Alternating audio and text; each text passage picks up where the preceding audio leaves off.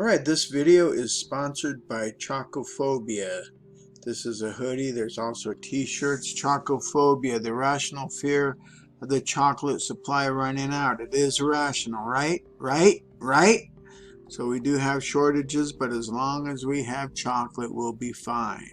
So please support this channel by buying a shirt. Let's get into the briefing. Alright, Rebels, today's briefing is from the Gateway Pundit, and it is Kentucky's GOP legislature overrides Liberal Governor Beshear's veto on voter ID requirements. And this is by Brock Simmons, Simmons, published April 18th. And let's get into it. This is Go Kentucky. We love Kentucky now. There's the knucklehead. Sorry. Governor, Kentucky Governor Andy Beshear, looking confused as always. That's okay. The Kentucky State Legislature passed a bill requiring ID to vote.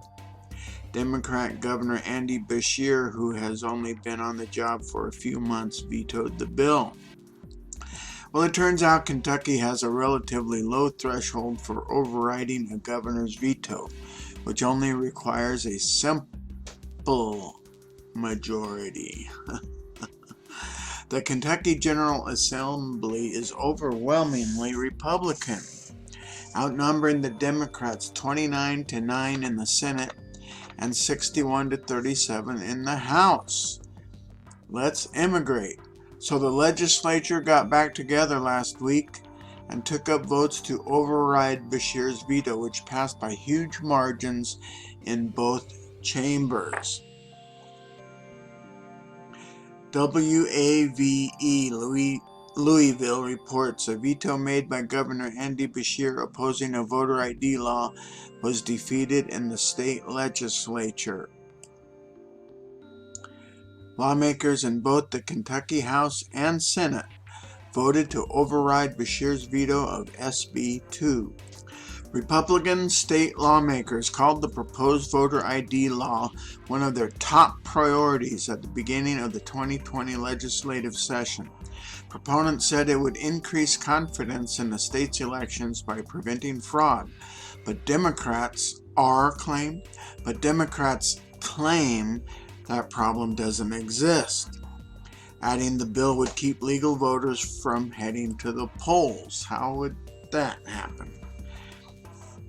Voters would need a photo ID to cast a ballot in person or through the mail. Senate Bill 2 also lays out a process to provide free IDs to people in need.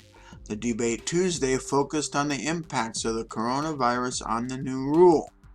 Our county clerk's offices are closed and people cannot go and get a driver's license even if they wanted one, Minority Floor Leader Senator Morgan McGarvey said.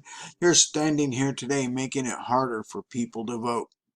One of the bill's sponsors responded by stating it would not impact the primary elections now being held in June. This simply will not go into effect until November's elections, Republican Senator Robbie Mills said.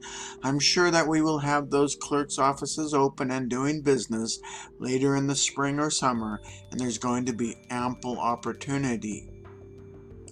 NPR affiliate WUKY adds that this wasn't the only bill that was overridden. The GOP-led House and Senate made quick work of several vetoes issued by the governor, most notably reviving Senate Bill 2, a measure adding new photo ID requirements for Kentucky voters. While critics again pointed to a lack of reported cases of in-person voter fraud in the state, House Speaker David Osborne argued there are 41 counties in Kentucky in which voter registration outnumbers the total population of their county. Maybe there's something going on there. Other vetoed bills making a comeback included a measure giving candidates for governor another 7 months to choose a running mate during election years. and a bill requiring local government councils to sign off on tax increases proposed by library boards, health districts, and other quasi-governmental entities. The General Assembly rebooted a crime victims' rights bill, commonly dubbed Marsy's Law, which nearly won final approval from voters in 2019 before being struck down by the courts over the wording of the ballot question. The constitutional amendment will go before voters again, this time in full, in November. These all sound good to me. Critiques of Governor Andy Beshear also came in the form of a statement released by Kentucky's Republican constitutional officers, who put the onus on the executive for keeping lawmakers in Frankfort amid the COVID-19 pandemic. It didn't have to be this way, the statement read. Legislative leaders asked the governor weeks ago to commit to calling a special session dated for a time when the pandemic had passed so the General Assembly could complete its business. He refused. He says he is willing to give up his newfound political popularity to do the right thing without regard to partisanship. But if that was the case and he did not want the legislature to return, he should not have vetoed bills that passed with veto-proof majorities. Makes sense. The guy is obviously a Democrat, and therefore, back to the article. Predictably, leftist organizations are all in a tizzy over this. The Root frames it as, are Republicans still even bothering to try to hide the fact that they just don't want people voting? While the ACLU released this statement. The ACLU. And why Gateway Pundit finished off their article with a statement from the ACLU, I do not understand. But I've got a treat lined up for you. The following statement can be attributed to ACLU-KY Kentucky Legal Director Corey Shapiro. Kentucky lawmakers continue to ignore the real problems facing the Commonwealth in the middle of a global pandemic by overriding a veto for a voter suppression measure. That is what they characterize needing ID to vote.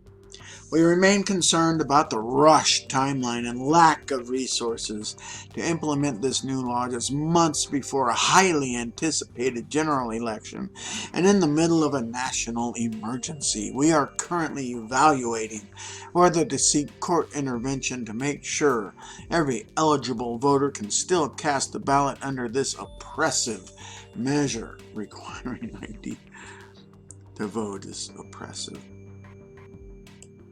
At a time when officials of both parties throughout the country are working together to ensure every eligible voter can safely participate in their elections, the Kentucky General Assembly is making it more difficult to vote. Bastards!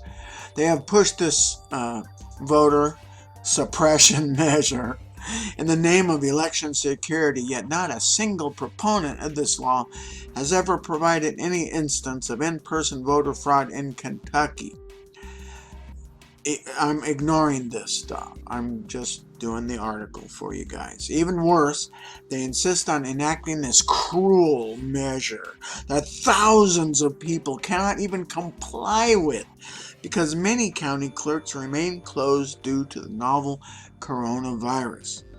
Why are so many thousands wandering around driving the roads without driver's licenses, I wonder. But that's all right. This new law is fundamentally incompatible with the ongoing pandemic. Starting in July, the law will require all voters to include a photocopy of a photo ID to obtain an absentee ballot. This will force thousands of Kentuckians to leave home to get new IDs and make photocopies during a pandemic that many experts believe will continue throughout the year because none of them has a printer that they can slap their ID on and make a copy of it. Oh no.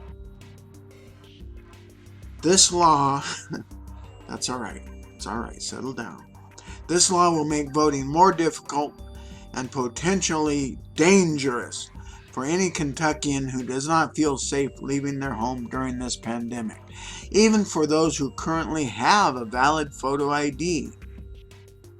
Moreover, this measure requires spending at least hundreds of thousands of taxpayer dollars, as even Secretary of State Adams has stated. The same legislators who passed this law also recently passed significant budget cuts to critical programs.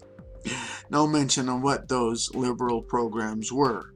It's unconscionable that lawmakers are wasting money in search of a non-existent problem instead of using Kentucky's limited resources to ensure every person can safely vote in November.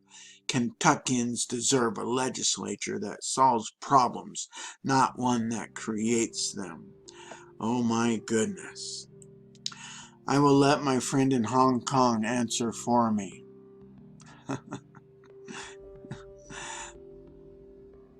Just so you know. Alright, rebels. Please remember to like, share, comment, and subscribe. And there's your briefing for today. Go forth and speak freely.